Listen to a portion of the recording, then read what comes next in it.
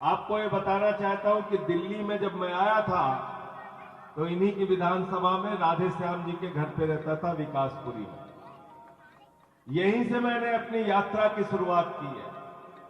तब मुझे एक लोकसभा का जिम्मा मिला था, पश्चिमी लोकसभा महाबल जी। तो इसलिए भी आप लोगों से मोदी जी वाला झूठा रिश्ता नहीं, आपसे पुराना दिल रिश्ता है। इनको जिताकर भेजना। जितावे क्या हो कि नहीं बतावा सब जने? तैयार हुआ ना सब जने? जितावे क्या हो ना महाबल जी के? आज 5 लाख से जितावे क्या? चला, बहुत बढ़िया हो, बहुत बढ़िया हो। चुनाव निशान कौन हो इनका? कहा चुनाव निशान हो भाई? कहा चुनाव निशान हो? झाड़ू। झाड़ू चुनाव निशान। झाड़ू बहुत काम की चीज होती है। घर की सफाई करनी हो तो क्या चाहिए? और मोहल्ले की सफाई करनी हो तो क्या चाहिए? और देश की सफाई करनी हो तो क्या चाहिए? और किसी के दिमाग पे भूत सवार हो जाए तो भूत उतारने के लिए क्या चाहिए? देखे हुआ कि नहीं सब जने? जब भूत सवार हो जाता है तो 4 लोग उसको पकड़ के टंगरी उठा के उसको लेके जाते हैं ओझा के पास। ओझवा उसको मार झाड़ू उतार देता है।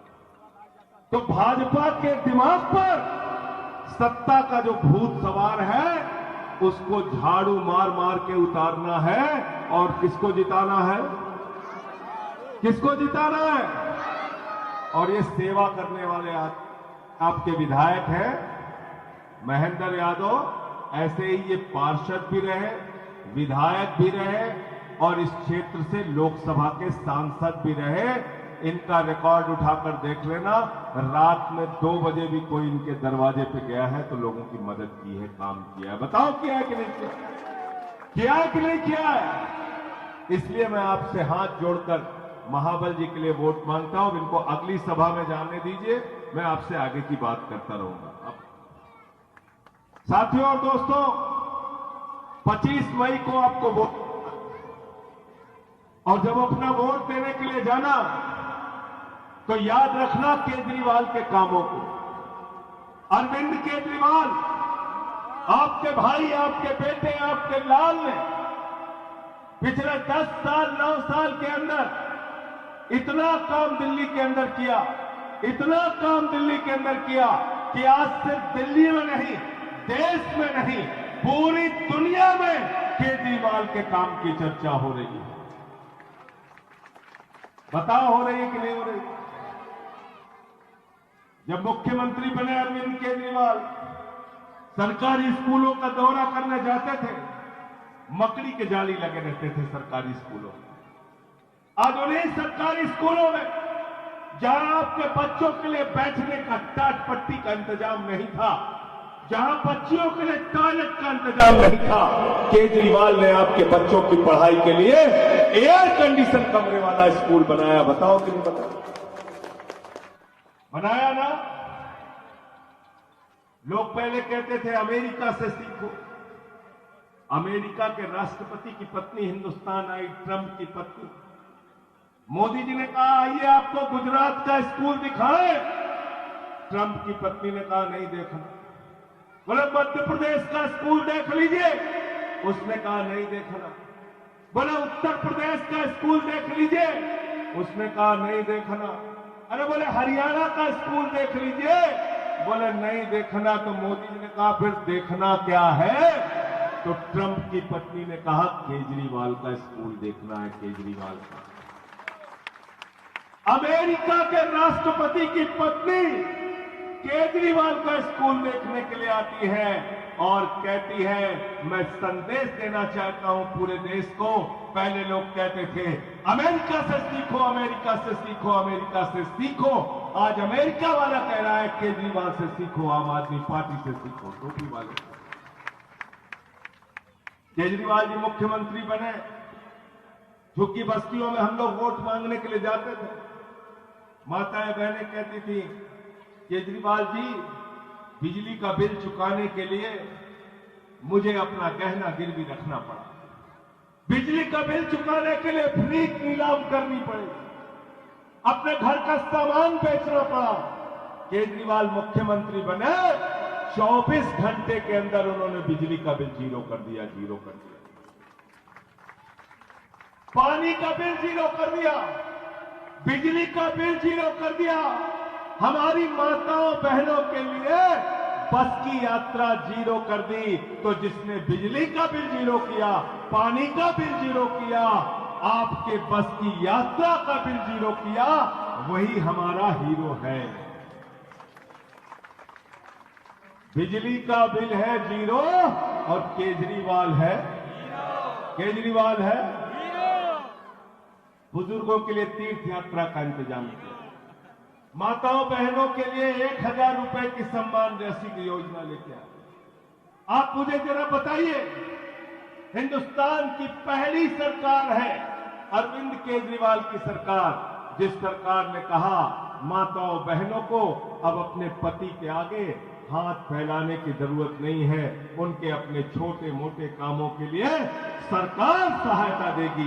ये काम हमने दिल्ली के अंदर किया। फरिश्ते स्कीम लेके आए, बोले रास्ते में किसी का एक्सीडेंट हो जाए तो छोड़ के भागना मत, फरिश्ते बनना उसके लिए। अस्पताल पहुंचाने का भी 2000 रुपए हम देंगे और उसके इलाज में अगर 50 लाख रुपए भी खर्चा होगा तो केजरीवाल की सरकार देगी। बताओ देश की कौन सी सरकार है ऐसा? तो इतना काम करने के बाद आप बताइए, उनको सम्मान मिलना चाहिए कि जेल मिलना चाहिए? उनका साथ देना चाहिए कि जेल भेजना चाहिए? उनका साथ देना चाहिए कि जेल भेजना चाहिए?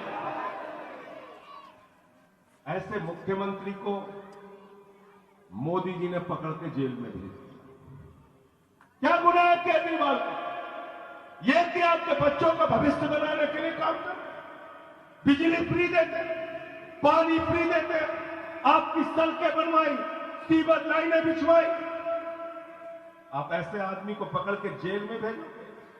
तो मोदी जी को इस बार बता देना कि जिसने आपके बेटे आपके लाल को जेल में भेजा है, उस जेल का जवाब हम वोट से देंगे। देना नहीं देना हाथ उठा के बताओ पीछे। और इनके किसी फर्जी नारे के चक्कर में मत पड़ना। बहुत बड़े झूठे हैं भाजपाई।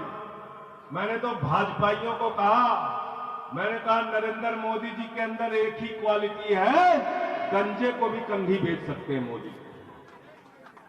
झूठ बोलने का मास्टर है हमारा प्रधानमंत्री। क्या बोले? कहने लगे भाइयों और बहनों, हमको वोट दे दो, 2 करोड़ नौकरी हर साल दे। 20 करोड़ नौकरी मिल गई क्या नौजवानों को? मिल गई क्या? नौकरी मिलना तो दूर, 82 करोड़ लोगों को 5 किलो राशन की लाइन में खड़ा कर दिया। फिर कहने लगे महंगाई कम करेंगे, महंगाई आसमान पे पहुंचा दी। 120 रुपए लीटर पेट्रोल बिका, 100 रुपए लीटर का डीजल बिका, 300 रुपए की दाल बिकी, 1200 रुपए का सिलेंडर बिका, 250 रुपए का सरसों का तेल बिका। महंगाई से गरीब आदमी की कमर तोड़ने का काम मोदी जी किया।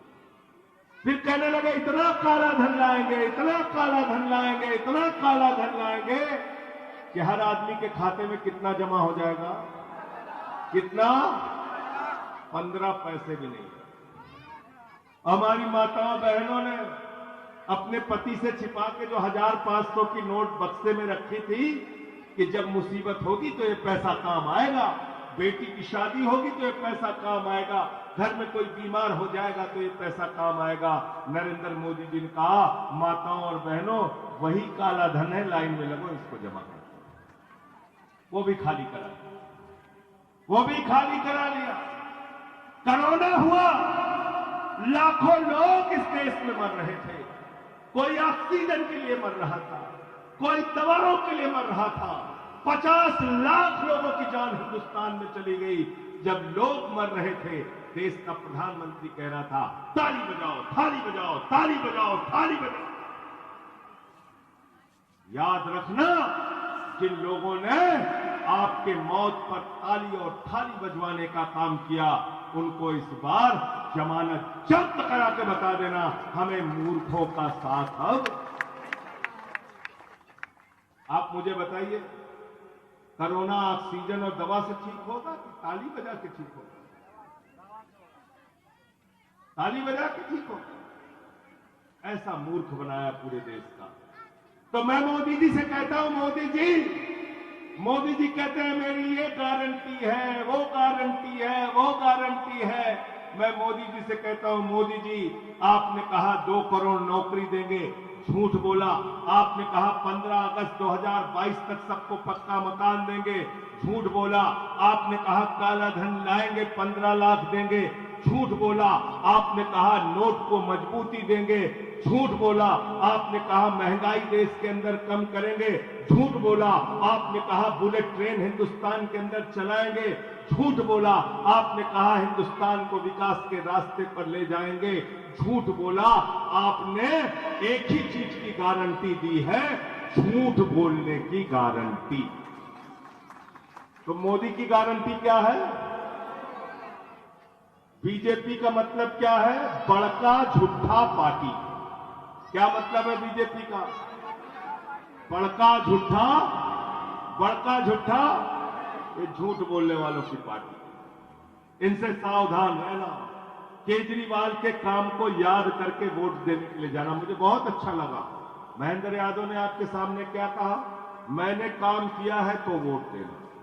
ये साहस सिर्फ और सिर्फ आम आदमी पार्टी के नेताओं में है।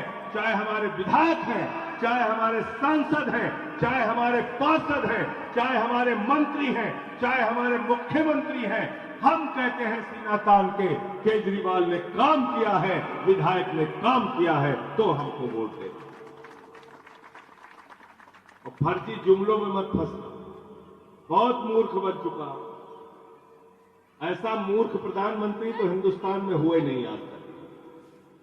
एक बार गए बिहार में, कहने लगे सिकंदर जब बिहार में आया था तो बिहारियों ने मार के भगाया था। बिहार वाले तो इतिहास भूगोल बहुत जानते हैं।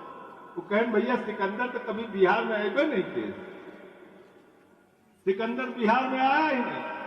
कहने लगे तक्षशिला बिहार में है, कुछ भी बोलते हैं। कहने लगे नाले की गैस से चाय बना लो। ऐसा आदमी जिसकी भाषा सुनिए तो शर्म आती है। गए बंगाल में, कह रहे दीदी ओ दीदी ओ दीदी ओ दीदी। सोनिया गांधी को कहते हैं कांग्रेस की विधवा, जर्सी गाय। अभी शरद पवार को कहने लगे भटकती आत्मा, उद्धव ठाकरे को कहने लगे नकली संतान, केजरीवाल को कहते हैं तो खांसी आती है इसको, ये तो बदनसीब है, ये तो अर्बन नक्सल है, ये तो खालिस्तानी है। इतनी गालियां देते हो केजरीवाल को, इतनी नफरत है मोदी जी आपके मन में। जो केजरीवाल को बदनसीब कहता है उसके नसीब को इस बार तुम कहना कि तुम्हारा नसीब बिगाड़ने का काम दिल्ली के लोग करेंगे अपने वोट की ताकत।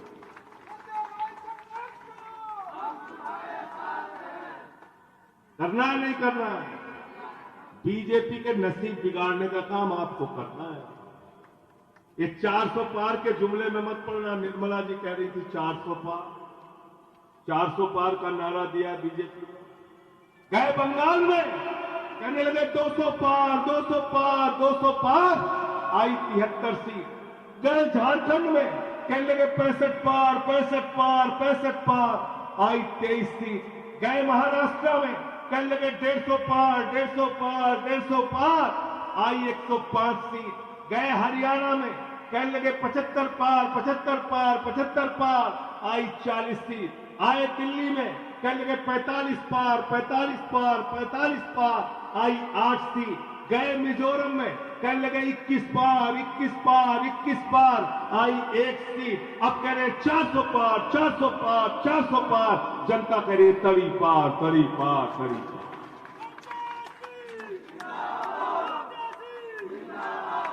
तड़ी पार करना है कि नहीं करना है? ये बड़े नकली लोग हैं, इनसे सावधान रहना। मुंह में राम बगल में, मुंह में राम बगल में, मुंह में राम बगल में, मैंने चंदा चोरी खोला था, देखा था कि नहीं आप लोगों ने?